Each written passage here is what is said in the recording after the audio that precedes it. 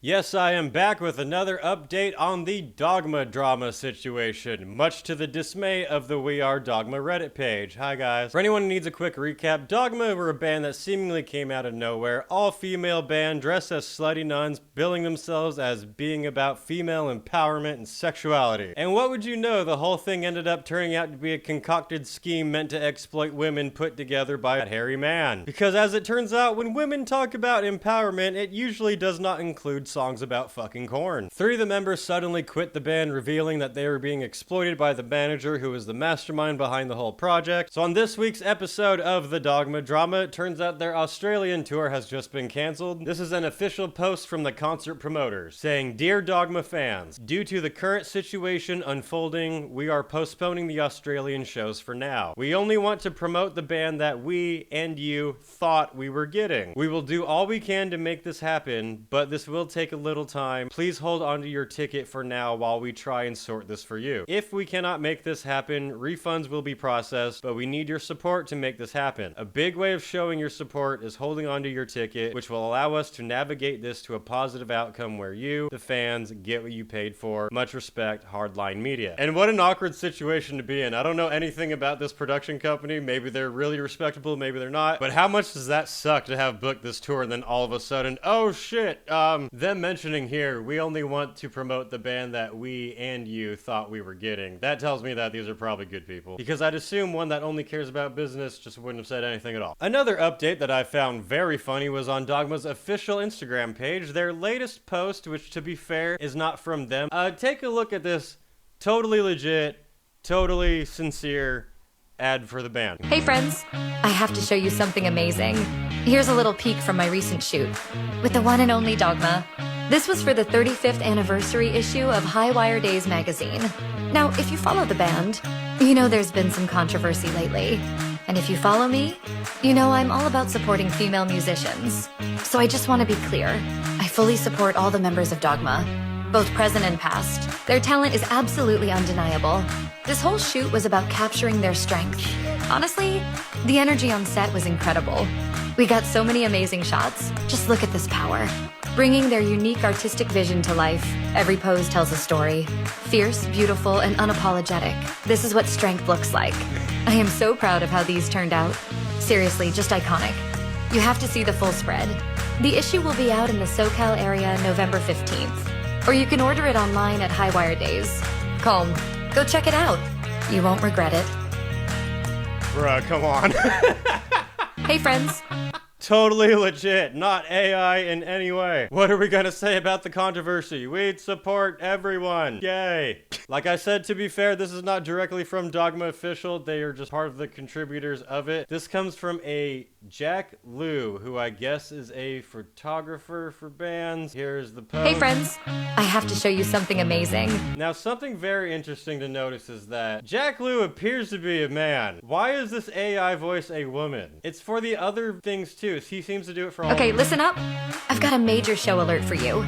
In just one more week, it's the... I have a strong feeling that that is not Jack's voice. Also, the comments are turned off on the Dogma one. The comments are not allowed, but they support everyone in the band ever. It seems comments for other posts are turned on. It's just the Dogma one that are not. So Dogma's latest post on their official page is female C-3PO saying, "We like all band members, yay." Dogma is nothing but creepy men fantasizing about being 90-pound lesbian nuns. Now, I have no idea if Jack is a good dude or not, but I just thought that was a little weird. By the way, for people who have been keeping up on the story, all of the women who are involved have posted saying the manager, him, he took over, and some people have been saying name the name. If it's so important, name the name. The name is Ian DeLeo. Here he is. He runs IDL Entertainment. Obviously, those are his initials. He is the manager and the mastermind behind Dogma, and I'm assuming none of the women want to say his name directly because of legal reasons, but I can, so there he is. I found a cat. But the reason for this episode today is that one of the former members who started all of this, Avia, she was the guitarist for the band. She posted just recently saying, "I consider myself an outspoken person, but this past summer, I held my tongue. In February of 2022, I was contacted to audition for Dogma. Only an unreleased music video for Father I Have Sin existed, but I was hooked. I had 1 week to learn the solos of My First Peak and The Dark Messiah, which wasn't too demanding, except for the fact I had sliced my finger open and had fresh stitches. changes. Nonetheless, I wanted this opportunity, so I layered on band-aids and practiced. Gotta say, that's dedication, props to her. On the day of my 25th birthday, I was told I made the cut. It all felt right. I had been on a social media tear, meticulously creating content and tracking my steady growth. I figured my efforts were finally paying off. 1 week later, I was flown out to Uruguay, where I met the other girls, and we filmed Forbidden Zone and my first peak. Getting along with the other girls was easy and natural. That week, the music video of Father I Have Sinned was released, and we spent the night together celebrating. Our singer departed from the project officially a few months later, and I was crushed. I was told by management, Ian DeLeo, she departed for personal issues. I wanted to respect her privacy, so I did not pry.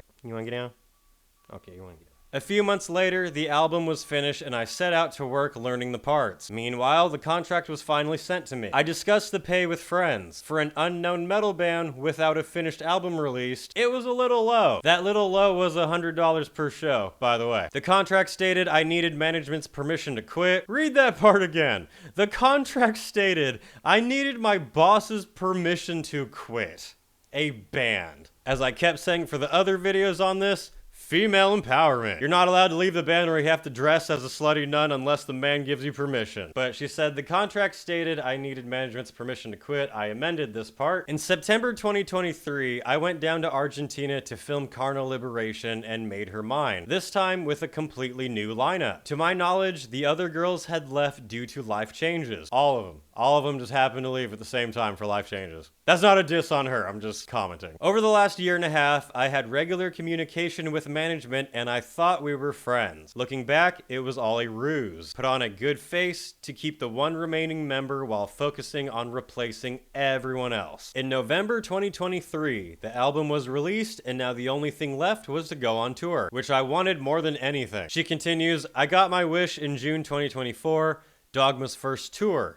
New singer, new guitarist, but that didn't matter to me. I was just excited to finally take that next step. The tour began exposing management for the truth. I came home broken. I sprained my ankle in the middle of a show in Uruguay. When I left the stage to put on my crown for the Carnal Liberation solo, someone had removed the ramp and I fell. I duct taped my ankle to finish that tour. This girl is a trooper, man. My knees were bruised from the way my weight was distributed from wearing heels. When I asked to wear boots with a shorter heel to protect my knees, Ian DeLeo told me no because I would look too short next to Rusalka. My whole body was tense from all of the emotional turmoil I had endured. A lot of people asked me why I didn't cut my losses and leave. I had invested so many years, so many hours of practice, and given so much of myself, I wasn't ready to walk away. And most importantly, I didn't want anyone to be able to take my dream away from me. I would be the one to decide when I was done, not anyone else. We went on our US tour in November 2024. I took a completely different approach to this tour. Mind my business. Outside of playing, sound checks, and meet and greets, I kept to myself, quietly reading in my bunk. Despite this, treatment from management only got worse. Ian DeLeo would not prioritize purchasing food. Kind of an important thing for band members. I eventually walked to Walmart to purchase the necessary food for the band and crew for the next month with my own money. March 2025 rolled around and I was contacted about doing a 2-month tour across Europe and Latin America. I had just started a new job, so I initially turned down the invitation. I was not the only one. I had previously been under the impression that we were the band, and if we were unable to tour, then the tour could not happen. Nope. That's when we learned we had no say on whether or not the tour happened. We were only asked if we were going. Ian DeLeo manipulated me into the tour, telling me everyone said yes. If I wanted to play the Summer Europe tour, I had to say yes to this one because once I was out for good. Female empowerment. 2 weeks into the April tour, I knew I wasn't coming back. I was playing shows every night and then working my other job until 3 a.m. God damn. Shout out to this girl for being such a trooper. No amount of keeping to myself stopped management from picking fights with me. If I had a stable income, Ian DeLeo could not control me. Ian DeLeo kept instigating fights about my work schedule. I was asked how I was compensating his company for the lost money from missing a meet and greet. I do those for free. How am I being compensated for the paid work I'm missing to play shows? On my days off from tour, I had to go out for interviews. I normally love interviews. This part is absolutely hilarious. But not when management writes pages of AI word salad I'm supposed to follow. I was never compensated for these. Go watch those interviews with Dogma. Those are clearly AI answers. Come on, people. No one actually talks like that. When we played Chile, Grace faced a host of technical issues. Directly after the show, we were all yelled at for nearly an hour. When I pointed out yelling was unprofessional, Ian DeLeo responded by saying I was unprofessional and projecting, because no other manager would put up with our shoddy job. Gaslighting 101. We got into another fight with Ian DeLeo because he wanted us to play the full album on a radio show for free, saying we were a family and should help each other out. That sounds stupid. That fight lasted almost 2 hours. Another manipulation tactic: wear down your opponent. In Brazil, we did not receive any day sheets. Ian DeLeo specifically forbade the Brazilian tour manager from sending them to us. This was another ploy to control us. If we didn't know the times of our schedule, we could not have any independence. Touring was my dream, but it wasn't worth this level of stress and mistreatment. Fuck no, it wasn't. For my health, I had to take a step back. The entire summer, I dreamt I kept trying to tell my story and no one cared. I had to come to terms with the facts that I had been exploited for years. That is sad. She says, why didn't I say anything sooner? I knew if all of this started coming out during the summer tour, management would take his anger out on the band. I waited until the time was right. That time is now. Since speaking out, I feel like myself again, and in doing so, I've reclaimed my connection to music. Never let anyone silence you. Your voice matters. And this was her when she was playing with the band. And I gotta say, I feel for her, man, and all the girls too, because I remember that dream as a teenager, getting into metal,